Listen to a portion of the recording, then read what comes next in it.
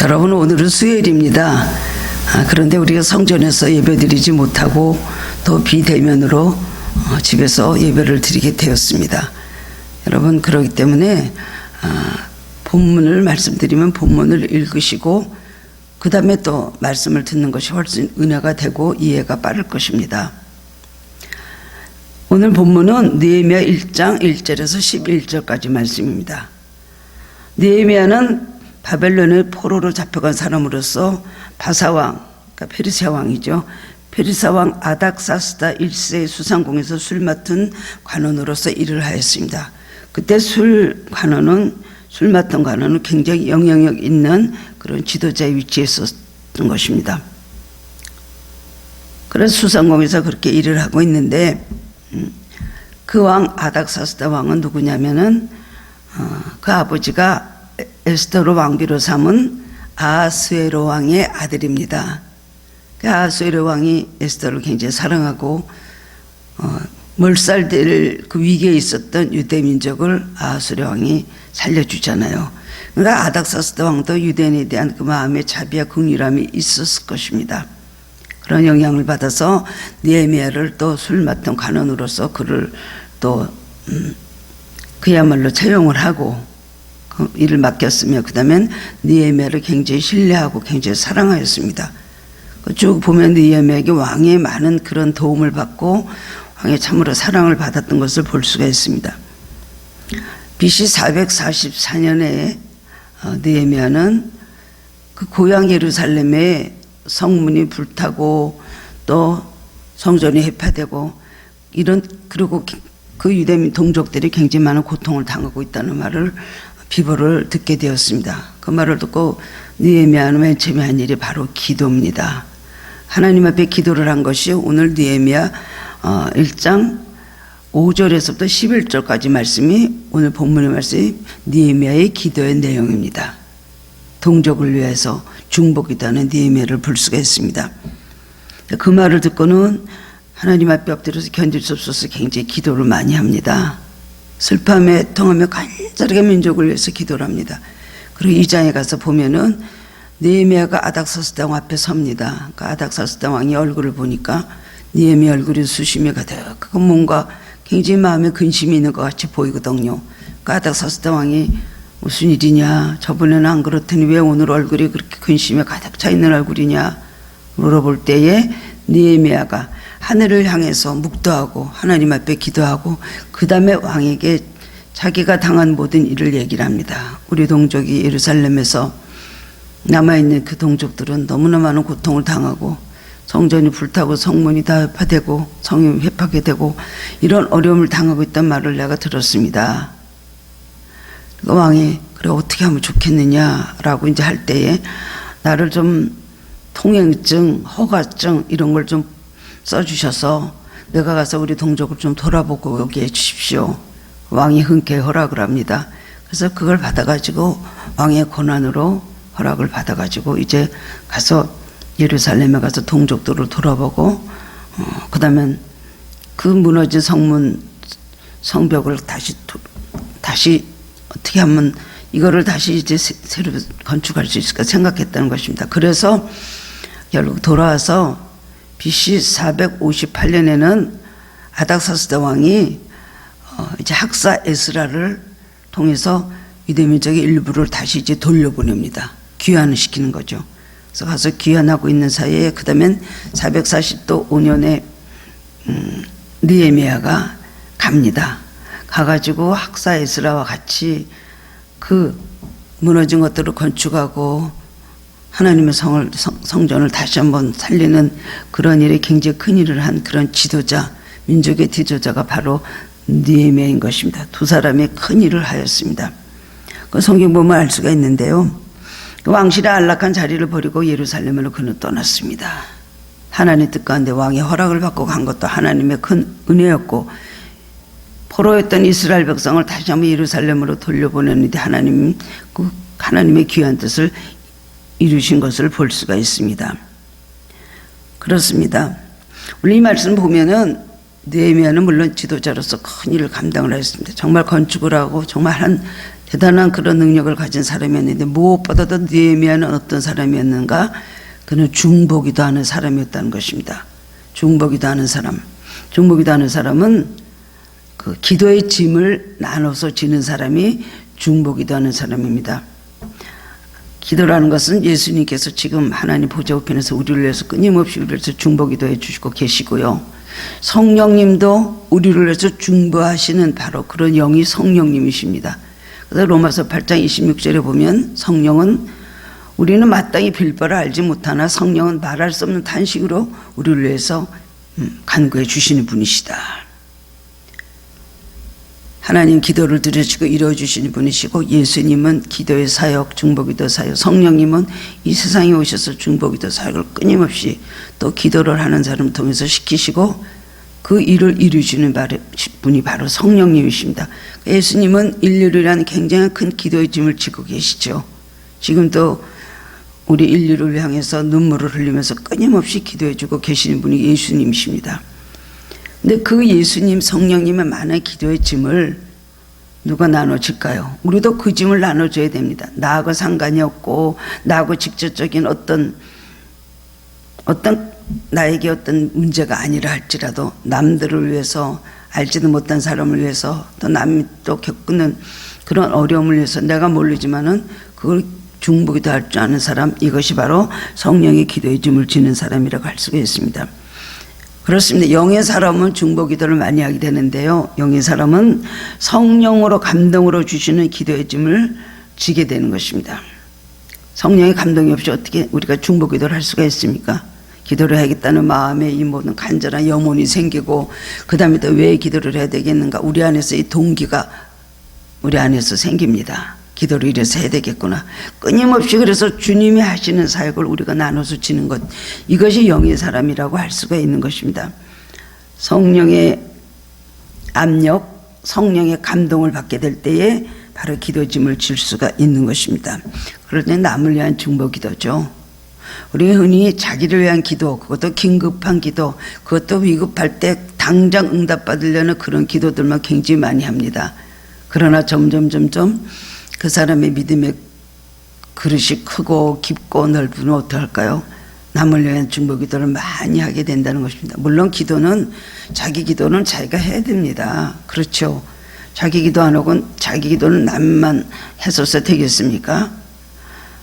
야고보서 5장 말씀 보면 너희 중에 고난당하는 자가 있느냐? 저는 기도할 것이요. 즐거워하는 자가 있느냐? 저는 찬송할지니라 그랬습니다. 저는 기도하고 저는 찬송하라.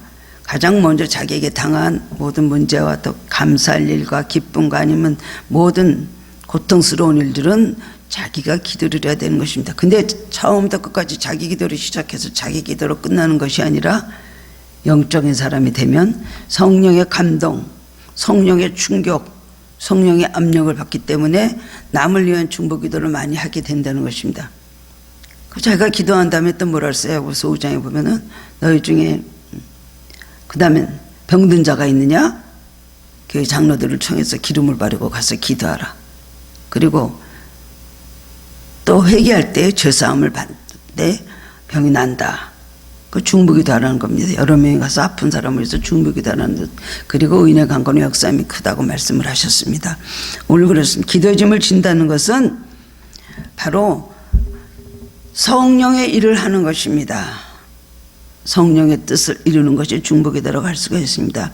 그래서 어려움을 당한 위기에 처한 다른 사람들, 특히 또 우리 민족, 나라, 사회를 위해서, 이웃을 위해서 우리는 기도를 해야 된다는 것입니다. 왜냐하면 베드로전서 2장 5절에 보면 우리는 거룩한 제사장, 왕같은 제사장이라고 기록되어 있습니다. 제사장은 어땠습니까? 구약시대의 제사장, 자기 말을 위해서 기도하는 것이 아니라 모든 백성들의 모든 죄를 담당하고 그에 또 모든 문제를 해결해주고 병도 고쳐주고 이런 일들을 제사장이 하였죠. 우리에게 대제사장이신 분은 누구십니까? 바로 예수님이십니다. 우리의 모든 기도를 맡으셔서 세계 모든 인류를 위해서 끊임없이 기도해주고 계신다는 겁니다.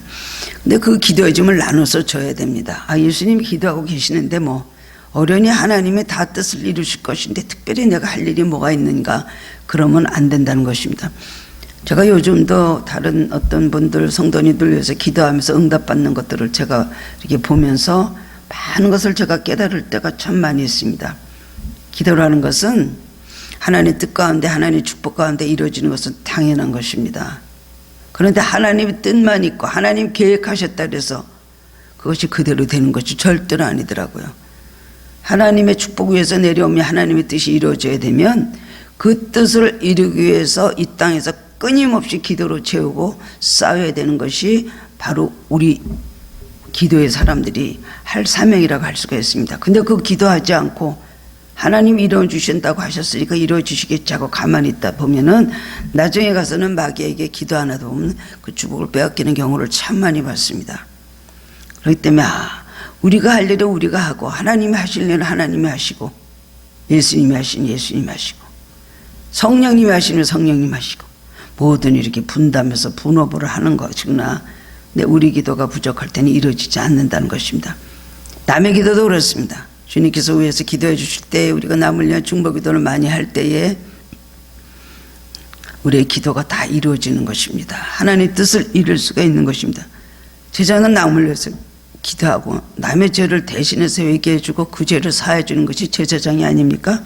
그렇기 때문에 우리는 제사장으로 왕 같은 제사장으로서 이웃들을 위한 남을 위한 타인을 위한 기도를 해야 된다는 것입니다. 그리고 기도할 때는 어떤 역사가 일어나는 거예요. 먼저요. 기도할 때는 그 중보기도 안에 대상만 축복을 받는 것이 아닙니다. 먼저 기도할 때는 기도하는 사람이 변화가 됩니다. 기도하는 사람의 은혜를 받습니다. 기도하는 사람의 능력을 받습니다. 중보기도하는 사람이 하나님께서 많은 것으로 채워주십니다. 그 다음에 또 중보기도하는 그 대상, 누구를 위해서 어떻게 해주십시오, 이 문제를 이렇게 해주십시오, 이 민족을 이렇게 해주십시오 하는 그 기도가 그 다음엔 이루어진다는 것입니다. 그래서 중보기도를 많이 하게 되면 또 하나님께서 내 기도를 많이 응답해 주시는 것도 체험하게 됩니다. 그럼 결국 중보기도 하는 사람은 자기 기도 많이 하고 중보기도도 많이 하고 주님과 대화도 많이 나누다 보면은 결국 내 기도가 이루어지는 거 당연한 것이죠. 하나님의 뜻을 이루니까요. 그의 나라와 그의 의를 구하라는 말씀은 중보기도를 많이 하라는 것에도 해당이 되는 말씀입니다. 처음부터 끝까지 나만 복받게 해서 그냥 내 기도 그것도 또 기복적인 기도를 많이 하죠. 그런 분들은 내 기도 영적인 사람은 그렇게 자기의 문제로 기복적인 현실적만 갖고 관심을 가지고 기도하지 않습니다. 또한 영적인 사람은 자기 기도만 그렇게 하지 않습니다. 폭이 넓고 더 깊은 기도를 하게 되고 하나님의 뜻과 일치되는 기도를 하게 된다는 것입니다. 그래서 제사장의 사명은 남을 위해 기도하는 사명이죠. 그렇기 때문에 우리는 기도하는 사명이 우리에게 가장 큰 그리스도인의 사명이라는 것을 바로 알아야 되는 것입니다. 요한계시록 1장 6절에 보면 우리를 제사장이라고 삼으셨다고 하셨습니다. 우리를 제사장으로 삼으셨다는 것. 우리 한국이 제사장의 나라가 되고 선교하는 나라가 되고 선교사를 또 파송하는 나라가 되고 우리가 항상 기도할 때 그 제목을 갖고 기도하는데 우리 한국이 제사장 나라. 제사장 나라는 뭘까요? 제사장 나라는 절대로 거룩하고 깨끗해야 되겠죠. 정결해야 되겠죠. 하나님께 정결해야 됩니다. 그 다음엔 어떻게 돼요? 그 다음에 남을 위한 기도하고 그 영혼을 살리고 하나님의 뜻을 전해주는 것이 제사장의 사역이었습니다. 오늘도 그렇습니다. 우리가 참 다른 사람들의 모든 죄를 품고 또 믿지 않는 모든 악한 민족들을 위해서도 우리가 위해서 그들을 중보기도할 때에 하나님께서 우리에게 주신 제사장의 사명을 감당할 수 있다라는 것입니다. 그렇습니다. 근데 우리는 우리의 중보기도에는 어떤 것들이 있는가 오늘 말씀을 통해서 깨달음을 얻고 은혜를 나누는 시간이 되기 원합니다. 첫 번째로는 긴급한 기도의 짐이 있습니다. 아주 급한 기도의 짐, SOS 기도죠. 긴급한 기도의 짐을 질 것을 성령께서 강력하게 요구하실 때가 있습니다. 자기도 모르게 막 남의 위험한 한 지경에 이르면 성령이 막 우리를 감동하십니다. 저는 그런 경우를 많이 보고 여러분들이 또 이렇게 어려움이 있을 때 하나님께서 그 사람을 자꾸 생각나게 하시고 나는 형편을 몰라도 또 이런 많은 기도를 시키시고 감동을 주실 때가 있습니다. 어떤 때는 꿈으로도 보여주시고 그렇게 합니다. 그리고 어떤 때는 오늘은 그 사람의 얼굴을 보게 될 것이다 라는 감동을 주실 때가 있어요. 그리고 전화가 오게 될 것이다 라는 감동을 주실 때가 있어요. 그건 괜히 만나게 될 거다 만나라가 아닙니다. 그 사람이 무슨 문제가 있을 때 감동을 주시면서 기도를 시키고 그 사람들을 생각을 많이 하게 하시면서 하나님 뜻을 이루시면, 특별히 위급한 일을 당할 때 아마 생각이 나고 기도를 막 나오면은 전화 옵니다. 목사님 이런 어려움을 당하고 있습니다. 이런 체험을 많이 했습니다. 그래서 항상 우리는 남을 위한 기도할 수 있는 그 자세를 준비하고 있어야 돼요. 하나님께서 그렇게 우리를 사용을 하십니다. 그리고 그 사람을 괴롭히는 악령과 사탄을 물러가게 하고 그를 위험한 자리에서 다시 안전하게 돌아올 수 있도록 그를 위해서 기도를 시킨다는 것입니다. 이것을 SOS 기도라고 하죠. 바다에서 배가 이렇게 가다가 위험을 당할 때는 SOS를 칩니다. 긴급 구조 요청이죠. 그러면 또 그걸 받아가지고 가서 도와주고, 그런 일이 얼마나 많습니까? 비행기 타고 가다 하늘에서도 마찬가지 사건들이 일어나게 되는 것이죠. 내가 SOS 기도가 필요할 때 남이 나를 위해서 중보기 도해 줍니다. 또 남들이 또 그런 긴급 기도 요청이 필요할 때는 성령님이 또 나를 통해서 그 사람을 기도를 시키십니다. 서로 그래서 우리는 기도의 동지가 되고 믿음의 동력자가 되는 것입니다. 도움의 선고로 간절히 기다리고 있는 사람들이 굉장히 많습니다. 지금 기도해야 될 일이 얼마나 많습니까? 기도하다 보면은 너무나 종류가 많고 기도 제목이 많아서 무슨 기도를 해야 될지 모르겠어요. 밤을 새고 해도 계속해서 기도를 또 성령님이 다른 사람들에게 위험한 데서 건져주고 아니면은 또 축복이 올 때 축복을 또 열어주는 걸 할 때는 우리들을 잠을 안 재웁니다. 이러면 요새 잠이 안 오신다는 분들이 참만 있더라고요. 밤에 이상하다. 조금 잠은 깨고 조금 잠은 깨고 그게 여러 가지로 우리가 환경적으로 몸에 부대끼고 불편한 것이 있다는 것보다도 지금 기도해야 될 때라서 많은 분들이 밤에 잠을 안 자고 하나님께서 기도를 시킨다고 합니다. 깨나게 하시다 깨나 있다 보면 기도를 시키게 되고, 기도를 하다 보면은 새벽이 밝아온다는 것이에요. 왜 그렇습니까? 코로나로 우리나라뿐이 아니라 전 세계가 지금 너무나 많은 어려움을 겪고 있고요. 경제적인 것, 우리가 기도 안 하고 됩니까? 기도를 못해서 부족한다더니 기도 못합니다. 그럼 어떻게 되냐? 남의 중보 기도로서 그 사람이 그것을 먹고 사는 겁니다. 연약한 자에게 가서 도와주고, 또 가난한 자에게 물질 있는 사람 가서 나눠주고, 그 다음에 뭔가 어떤 일으켜줘야 될 사람이 있을 땐 가서 일으켜주는 것과 마찬가지로 하나님께서 우리에게 기도의 능력을 주시고 기도할 수 있는 힘을 주셨다면 우리는 기도를 나눠줘야 된다는 것입니다. 이것이 바로 기도의 짐을 지는 사람이라고 할 수가 있습니다. 이런 일들 너무나 많이 있죠. 2차 세계 대전 때 어떤 군목이 밤중에 갑자기 원국 군함을 타고서 이렇게 가는데 갑자기 자다가 일어나가지고 기도하고 싶은 마음이 있어서 그 배에 탄 사람들을 위해서는 기도가 막 나오더래요. 그래서 배에 타고 있는 사람들을 위해서 기도를 열심히 했습니다. 한동안 기도를 하고 나는데 나중에는 몇 시간 기도하고 편안해지면서 이제 괜찮아졌어요. 근데 조금 있다가 그 다음에는 선장이 오더니 말하기를 조금 전에 큰 기뢰에 맞아서 침몰한 뻔 했다고 그렇게 말했다는 거예요.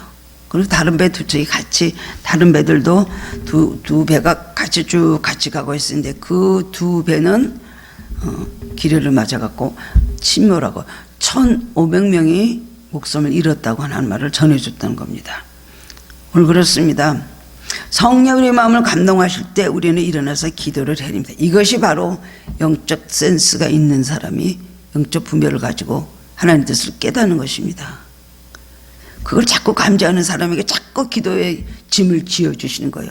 어떤 사람은 기도의 짐을 많이 지어줬습니다. 어떤 사람은 아무런 그런 성령의 그런 움직임이 없습니다. 왜 그럴까요?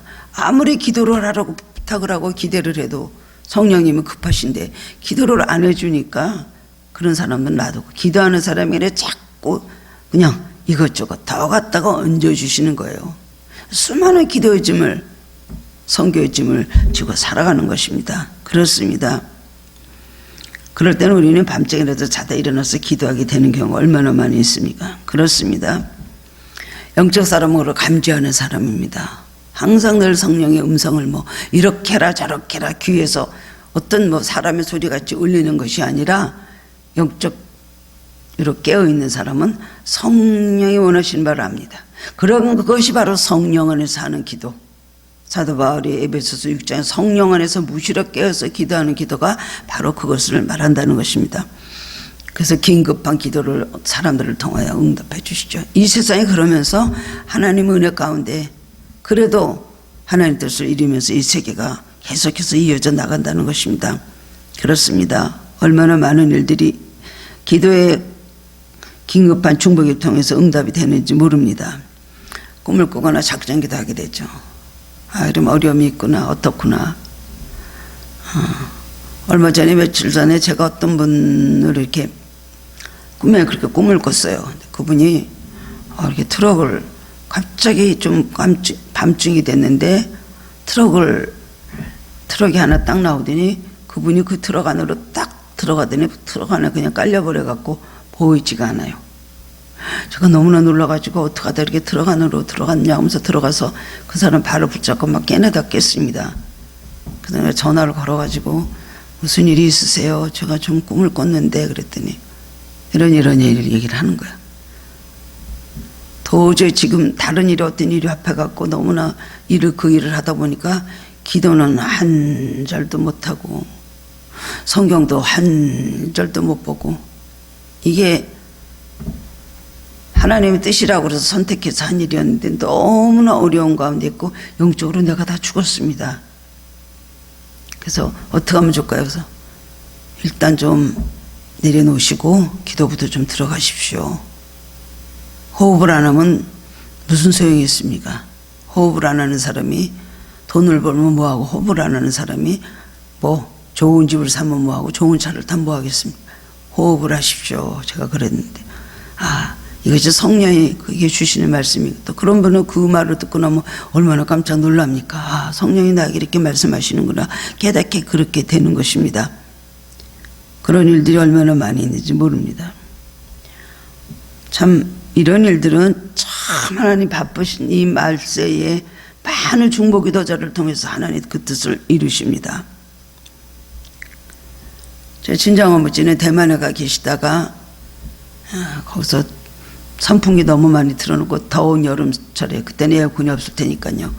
그러다가 풍을 맞으셨습니다. 중풍을 맞으셔갖고 갑자기 그냥 몸이 움직이지 않은 상태에서 간신히 병원으로 옮겨가지고 처음에는 막 전신이 안 움직이시고 이제 반신이 그 다음에 안 움직이시는데 병원에서 뭐 도저히 뭐 일어나시지도 못하고 휠체어도 탈 수 있는 상황이 되지 못했어요. 근데 여기서 그냥 제 동생들하고 제가 그냥 하여튼 기도를 얼마나 매일매일 많이 하고 부흥회를 했는지 모릅니다. 여기 있지만 어떡합니까? 원격 조정으로 기도를 쏴야지 방법이 있습니까? 뭐 아버지 방에 있었던 그 집에 있었던 그 귀신들 막 그런 것들이 보여주고요. 불교 섬기고 막 그랬던 그런 터 아닙니까? 그 다음에는 기도를 하는데 구렁이 같은 마귀가 막 나가더라고요. 그리고 거기 막 그런 것들이 막 입에 피를 타고 쓰러지는 것을 보여주셨어요.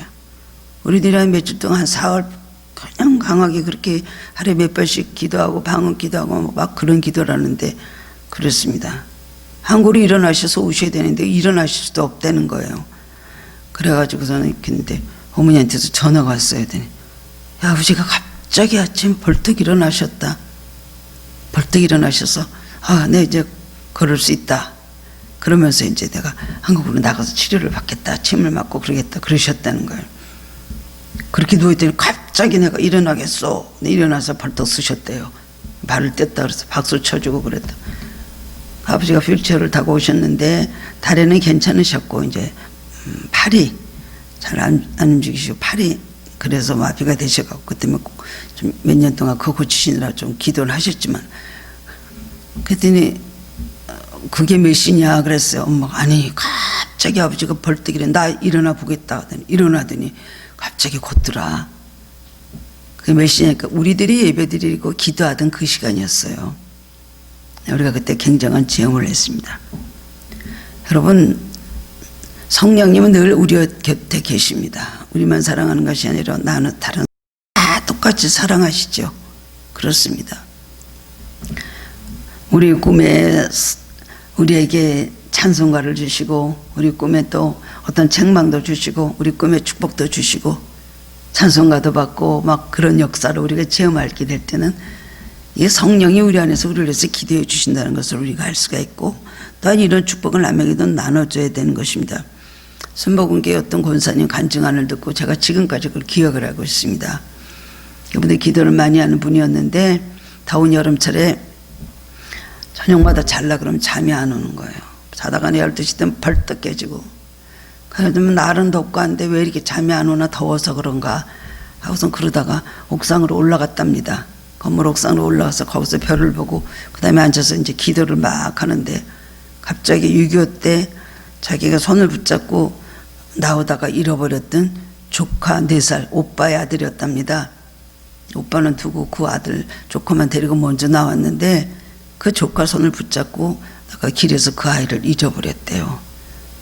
근데 지금까지 잊어버리고 있지만 뭐 기도하는 것도 다 지나가고 이제 어디서 잘 살고 있냐, 죽었냐, 살았냐 하고 있는데 갑자기 그 옥상에서 기도를 하는데 그 조카 기도가 막 나오더라는 거예요. 희한한 일이네. 왜 또 잠 안 자다 깨가지고 그 조카 생각이 나서 기도할 게 뭐야? 내려왔어요. 그래도 잠이 잤어요. 그 다음날 또 하나님께서 그 시간에 깨워주셔서 또 옥상 가서 기도를 하면은 갑자기 그 조카 기도가 막 나오는 거예요. 희한한 일이 있다. 이름 불러가면서 기도를 합니다. 열흘을 그랬답니다. 열흘을 그렇게 하고 그 다음에 아침에 일어나서 아침을 밥을 먹으면서 텔레비를 보는데 아침마당인가 뭐 이런 프로였대요. 그 프로에 이렇게 밥을 먹고 앉아서 그걸 보고 있는데 어떤 나이 좀 들은 한 40살 이렇게 너무 그런 남자가 나와서 섰는데 한국말을 못하고 영어를 하면서 통역을 세워가지고 나와서 통역하는 사람이 통역을 하고 말을 해주는데, 나는 4살 때 고무선을 붙잡고 북한에서 내려오다가 길에서 고무선을 놓쳤습니다. 그래서 내가 막 길을 잃어버리고 울고 하는데 어떤 미국 군인이 나를 데리고 부대로 가서 거기서 먹여주고 거기서 입혀주고 재워주고 하다가 그 군인이 미국으로 다시 돌아오게 귀국하게 될 때에 나를 데리고 갔습니다. 그래서 내가 미국에 가서 그 사람이 양아들이 돼서 그 사람이 아버지로서 나를 키워서 제가 미국에 가서 미국 사람으로 자랐습니다. 그러면서 깜짝 놀랄 소식이요. 그런데 제가요 지금 목사가 되었습니다. 그러더라는 겁니다. 얼마나 놀랐겠어요. 다 하나님 살아계시구나. 그 조카가 살아있고 지금 다 집안이 예수자매의 집안인데 그 조카가 미국 가서 신학을 공부하고 목사가 됐다니요. 그래서 나중에 그냥 반갑게 만났다는 간증을 듣고 수많은 사람들이 박수치면서 울었던 그런 기억이 납니다. 그렇습니다. 여러분들 성도님들도 서로 그러겠죠. 그런 간증들이 다 있을 거예요. 저도 그냥 여러분들 무슨 일 있으면 그게 막 이렇게 보여지고 깨달아질 때가 또 그런 끊임없이 기도를 하게 되는 것입니다. 그래서 더 많은 기도를 해야 되겠다. 오늘 말씀 준비하면서 더 많은 중보를 해야 되겠다. 그렇게 느꼈습니다. 모세가 출애굽기 17장 말씀 르비딤에서 아말렉과의 전쟁이 일어날 때 손을 들었죠. 기대팔이 올라갈 때는 이스라엘이 이기고 기대팔이 내려올 때는 아말렉이 이겼습니다. 그 팔이 뭡니까? 바로 중복이 된 것입니다. 우리가 기도하는 것이 뭔 줄 압니까? 며칠 전에 주님께서 가르쳐 주셨습니다. 중보기도 이전에 우리들의 기도는 내가 내 손을 잡는 것이다. 그렇게 말씀하셨어요. 너무나 우리가 기본적이고 잘 알고 있는 진리인데도 예수님 손을 잡는 걸로, 예수님 손을 놓치면 어떻게 되겠느냐 말씀을 하셨습니다. 길에서 우리가 예수님 손을 놓치면 어디로 우리 그때부터 가겠습니까? 인도자가 없는데. 우리는 기도하는 것은 그저 예수님 손을 자꾸 붙잡는 겁니다. 예수님 손을 확인하고 예수님 손의 그 체온을 다시 한번 느끼며 예수님 손을 붙잡고 하는 거지. 이건 바로 기도입니다. 수시라로 해도 자꾸 예수님 손을 잡는 거예요. 어린아이들이 뭐 2살, 3살, 4살 이런 애들이 하루 종일 엄마 찾지 않습니까? 엄마 손 잡으려고 그러고 잘 때도 엄마 팔 붙잡고 엄마 손 붙잡고 자잖아요. 잘 때도 그 깜깜한 데도 이렇게 느끼면서 엄마 손을 붙잡고 잠이 드는 거 마찬가지로 우리들 아침부터 저녁까지 주님 손 잡는 것이 바로 이거 기도 생활인 것입니다. 주님 손을 놓치면 길을 잃어버릴 수밖에 없습니다. 두 번째로는 긴급한 기도의 짐, 다음에 두 번째로는 지속적인 기쁜 기도의 짐이 있습니다. 지속적인 기도의 짐이라는 말은 특별한 임무를 위해서 계속적으로 지속적으로 꾸준히 간절히 드리는 기도인 것입니다. 이거는 긴급한 기도는 아니지만 간절한 기도, 지속해서 계속해서 하는 그런 기도고 이것은 일시적으로 하는 그런 기도가 아닙니다. 그렇습니다. 이 기도가 1년에 만에 응답이 될지 5년 만에 응답이 될지 10년 만에 응답이 될지 아무도 알 수가 없습니다. 그런데 항상 우리가 기도하고 꾸준히 기도할 때에 그 기도가 언젠가는 반드시 다 이루어지는 걸 체험할 수 있습니다. 그 응답이 빨리 이루어지지 않은 경우가 참 많은데 그럴 때는 우리가 이해가 안 됩니다. 이렇게 오랫동안 기도하는 기도를 왜 안 들어주시냐. 그런데 자기 당대에 이루어지는 수도 있고 기도가 자기 당대에 이루어지지 않는 수도 있습니다. 조지 밀러는 5명의 친구를 놓고 기도를 했다고 합니다. 예수 안 믿는 친구들을. 근데 기도한 지 5년 만에 응답이 되고 기도한 지 몇 년 만에 응답이 되고 그랬습니다. 근데 친구 하나는 조지 밀러가 죽을 때까지 하나님 앞에 돌아오지 않았다고 합니다. 근데 나중에 어떤 친구가 몇 년 있다 돌아오고 제 속속을 썩였던 친구는 조지 밀러가 죽고도 25년 만인가 이루어졌대요. 그러나 그 지속적인 기도가 쌓는 것들이 그때 이루어진 것이죠. 우리는 기도가 빨리 이루어지지 않고 지속적으로 끊임없이 한 제목 가지고 오래 하는데 사도 바울의 가시와같이 빠지지 않으면서 참 우리를 아프게 하는 문제들이 있습니다. 그럼 우리는 이해할 수가 없다 그랬죠. 그러나 마지막 때가 돼서 응답이 됐을 때에는 왜 하나님께서 기도를 그렇게 늦게 이루어주셨는가를 그때 깨달을 수가 있습니다. 빨리 된 것은 좋은 것이 아니었구나. 오히려 늦게 된 것이 좋은 거였구나. 하나님 어떤 뜻이겠어 이제 이루어졌구나. 하나님은 합력하여 하나님 사랑하는 자 그때로 부르심을 받는 자들에게는 모든 것이 합력하여 선을 이룬다 그랬습니다. 그런 역사가 일어나는 것을 체험할 수가 있습니다. 그렇습니다. 전쟁이 났는데 미국에서 어떤 아들이 이제 군인이라 비행기를 타고 가서 전투기를 타고 가서 일본에 가서 이제 비행기 타고 이제 가서 전쟁을 치르는데 갑자기 폭탄을 맞고서는 그 비행기가 추락을 하게 됐대요. 다른 사람도 죽었는데 이 사람은 살았습니다. 그래서 포로가 되었습니다. 전쟁 포로가 됐는데 이 엄마가 미국에서 기도를 하면서 하나님 살았는지 죽었는지도 잘 모를 때입니다. 하나님 이 아들을 살려주십시오. 그리고 이 아들이 살게 되면 하나님 다시 일본에 가서 복음을 전하는 선교사가 되게 해주십시오. 자기도 알지 못하는 그런 기도 했다는 거예요.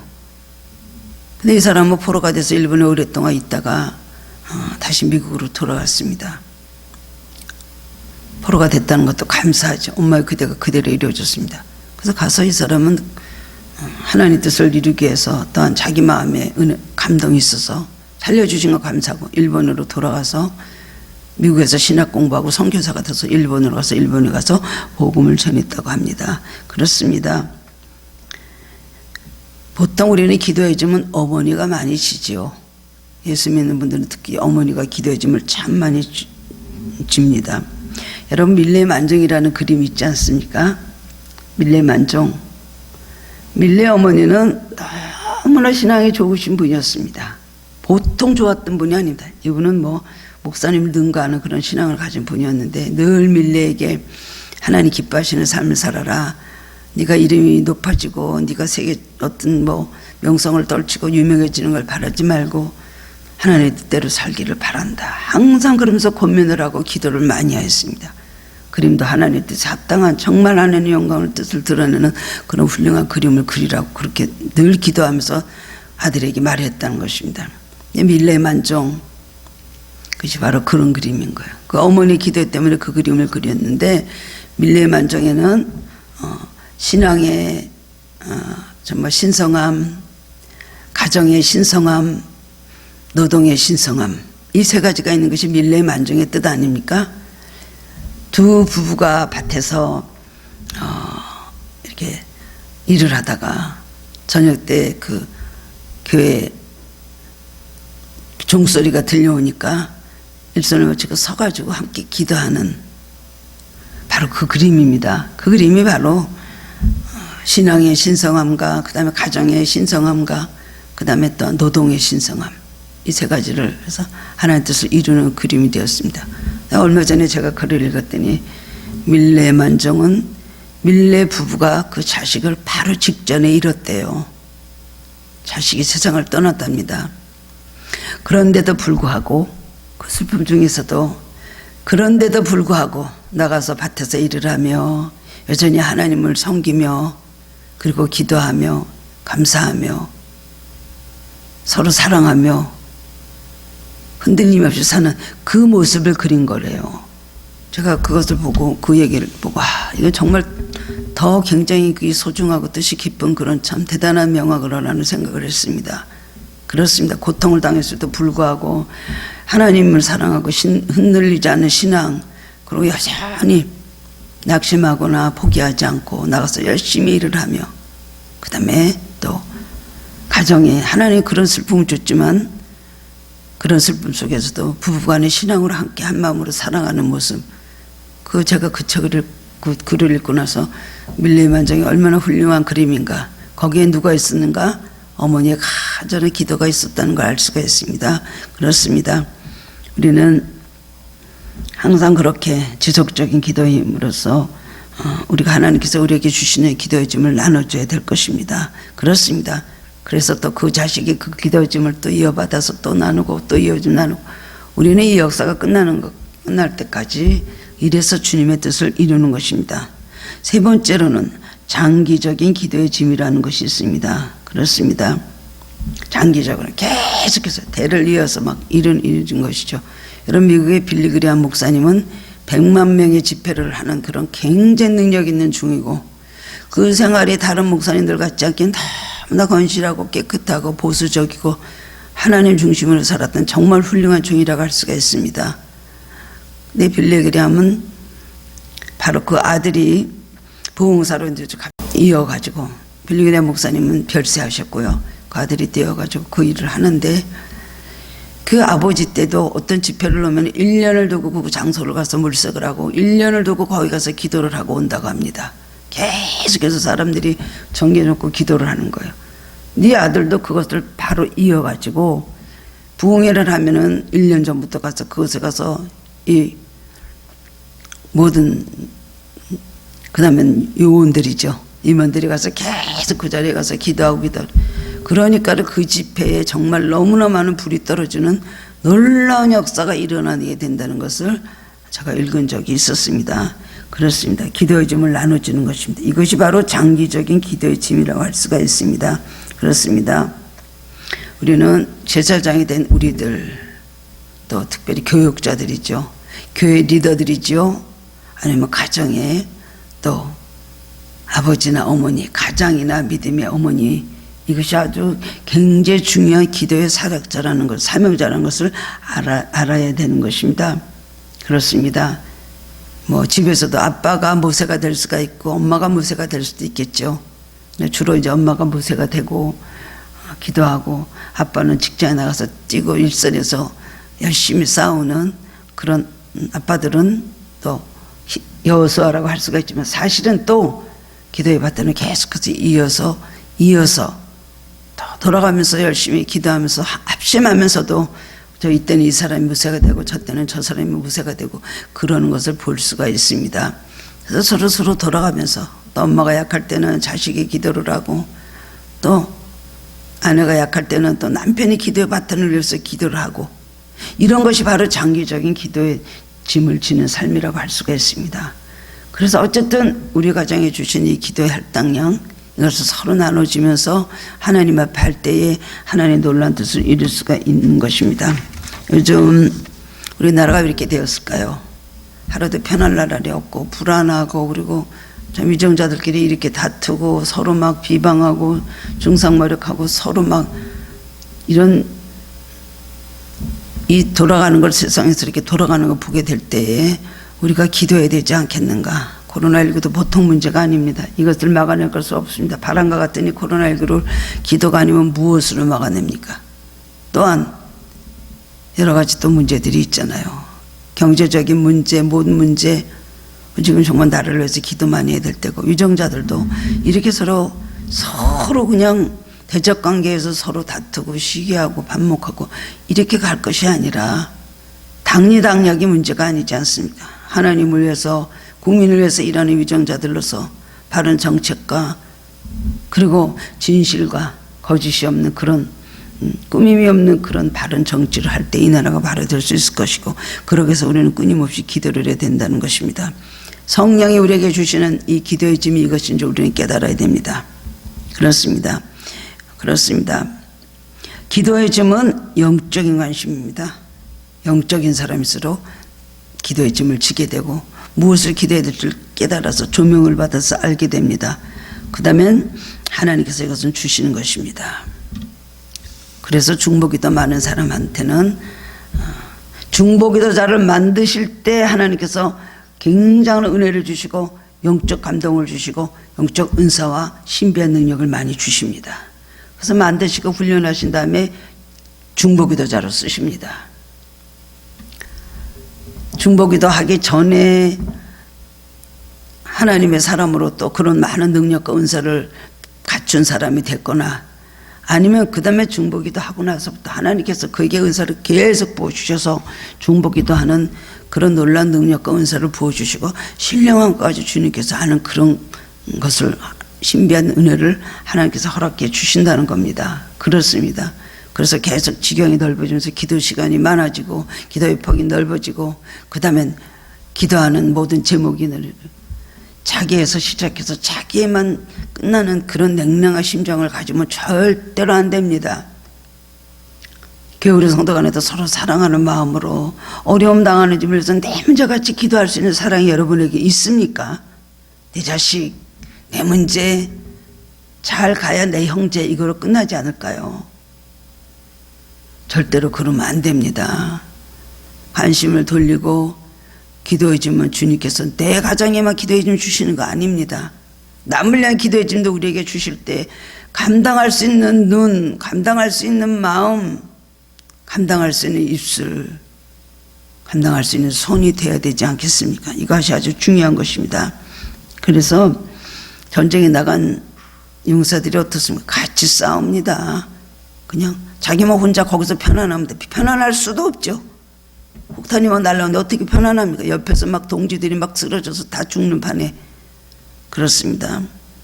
기도에 물론 중보기도의 양은 다릅니다. 짐은 다릅니다. 어떤 사람에게는 많이 큰 걸 주고 어떤 사람에게 적은 걸 주지만, 우리에게 맡겨주신 이 기도의 사명을 1달란트, 2달란트, 5달란트 받은 만큼 우리는 짐을 져야 된다는 것입니다. 그래 우리는 사명감을 가지고 기도를 해야 된다는 것입니다. 느헤미야는 자기 동족을 위해서 이런 뜨거운 마음을 가지고 중보기도함으로 그 일을 이뤄냈습니다. 중보기도 하는 사람을 하나님께서 들어 쓰십니다. 기도에 관심을 가지고 영적인 것에 깨달음이 있고 남을 위해서 기도할 수 있는 그 심장을 가지고 남을 위해서 기도하는 사람을 하나님께서 하나님께서 투입을 시키시고 하나님이 들어 쓰시고 하나님께서 축복을 내려주시는 것입니다. 이것을 우리는 알아야 되는 것입니다. 신앙이 깊이 아니면 같은 걸 뭘로 알 수 있을까요? 그 사람의 관심과 그 사람의 기도의 제목과 그 사람의 바라보는 눈이 어디까지 있는가를 우리는 알아야 되는 것입니다. 여러분, 세상에서 눈을 돌려서 우리 긴급한 기도, 지속적인 중보기도, 그리고 장기적인 기도 끊임없이 함으로 인해서 성령께서 우리에게 바라시고 우리에게 부여하시는 기도의 짐을 짊어지고 항상 승리하며 주님께 기쁨을 돌리는 귀한 성도님들 되시기를 주님의 이름으로 축원합니다. 사랑의 주님, 은혜를 감사드립니다. 오늘도 이 주님 기도의 짐을 지는 사람이라는 제목으로 다시 한번 깨닫게 하시니 감사합니다. 우리에겐 누구에게나 하나님께서 주신 기도의 짐, 이 책임과 의무가 있는 것을 알게 하여 주옵소서. 기도는 해도 되고 안 해도 되는 것도 아니고, 남을 위한 기도도 해도 되고 안 해도 되는 것도 아니고, 반드시 주님 편에 서서 주님의 마음으로 우리는 기도해야 되는 것입니다.